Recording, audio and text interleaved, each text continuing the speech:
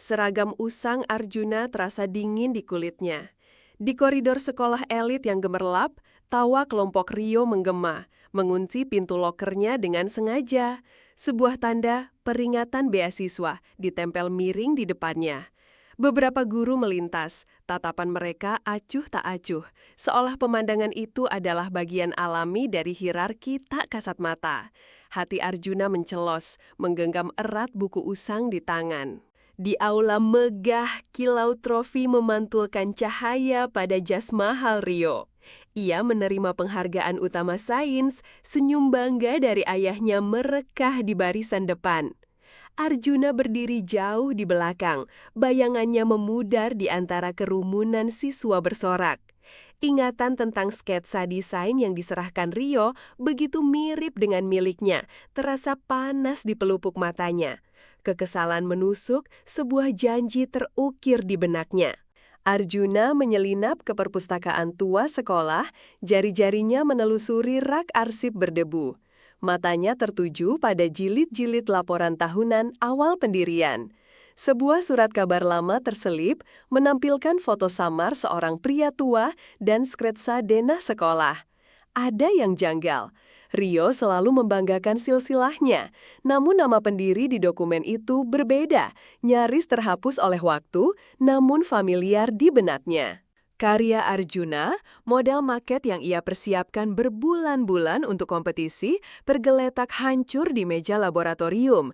Cairan lengket menodai miniatur gedungnya, pesan ejekan tertulis kasar di sisinya. Rio dan pengikutnya menatap dari ambang pintu, tawa sinis mereka menusuk. Kebenaran tak terucapkan menyelimuti ruangan, namun tak ada saksi yang berani membuka suara, menciptakan ketidakberdayaan yang menyesakkan. Arjuna memberanikan diri menemui guru pembimbing. Kata-kata penjelasan meluncur getir dari bibirnya, namun pandangan sang guru dipenuhi skeptisisme, bahkan sedikit rasa jengkel. Ia menyebut kesalahpahaman dan pentingnya menjaga nama baik sekolah, sembari melirik foto Rio dan ayahnya di majalah sekolah. Keputusan untuk melindungi citra dan koneksi Rio terasa lebih berat dari keadilan bagi Arjuna. Pada acara peringatan yayasan, Arjuna dipaksa membersihkan tumpahan di panggung saat Rio memberikan pidato. Kerumunan berbisik, tawa kecil muncul di antara tepuk tangan untuk Rio. Noda kopi membasahi kemeja Arjuna, dan pandangan merendahkan dari penonton, termasuk orang tua Rio, terasa seperti tusukan tajam. Ia merasakan harga dirinya luruh, namun api dendam membara di dada yang terkepal. Di sudut atap sekolah yang sepi, Arjuna menggenggam erat liontin usang. Di dalamnya, sebuah foto buram wanita berwajah sendu dan surat lusuh yang nyaris tak terbaca. Kata-kata di sana, warisan terakhir ibunya, kini terasa begitu berat namun sekaligus menguatkan. Angin seolah membawa bisikan takdir, membulatkan tekadnya. Air mata yang tak jadi jatuh berubah menjadi bara di tatapannya yang kosong. Cahaya redup lampu meja menerangi wajah Arjuna yang letih. Di depannya, tumpukan dokumen hukum lama, silsilah keluarga yang rumit, dan sketsa denah tanah. Setiap garis, setiap nama dihubungkan dengan benang merah yang perlahan terkuak. Ia menyatukan potongan-potongan teka-teki, menyiapkan presentasi digital yang penuh bukti tak terbantahkan.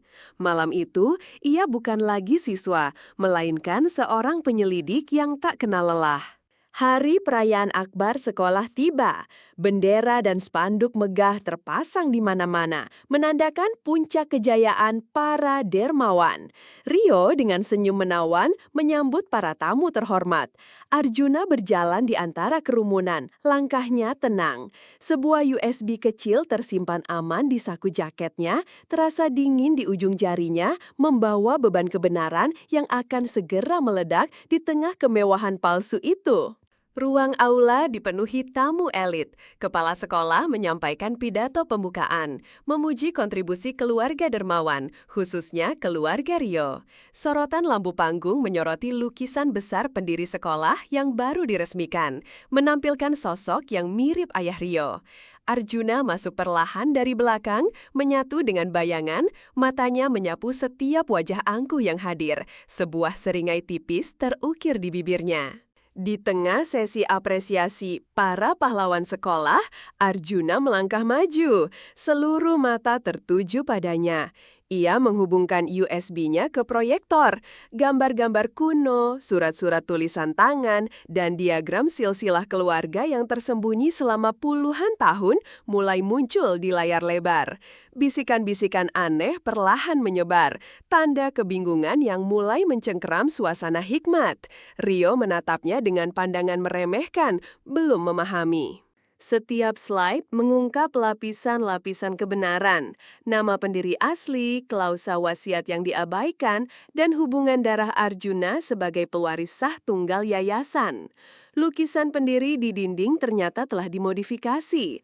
Wajah ayah Rio pucat pasi, tatapannya kosong. Rio sendiri tampak membatu, senyum angkuhnya runtuh. Gelombang kejut menerjang kerumunan, keheningan mencekam diikuti bisikan horor.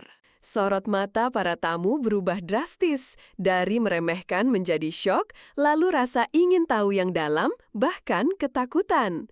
Mereka yang tadinya memandang rendah Arjuna, kini menatapnya dengan takjub, menyadari posisinya yang tak terduga. Kepala sekolah tergagap, keringat dingin membasahi pelipisnya. Hierarki sosial yang kokoh di sekolah itu runtuh dalam sekejap, digantikan oleh kebingungan dan kegelisahan.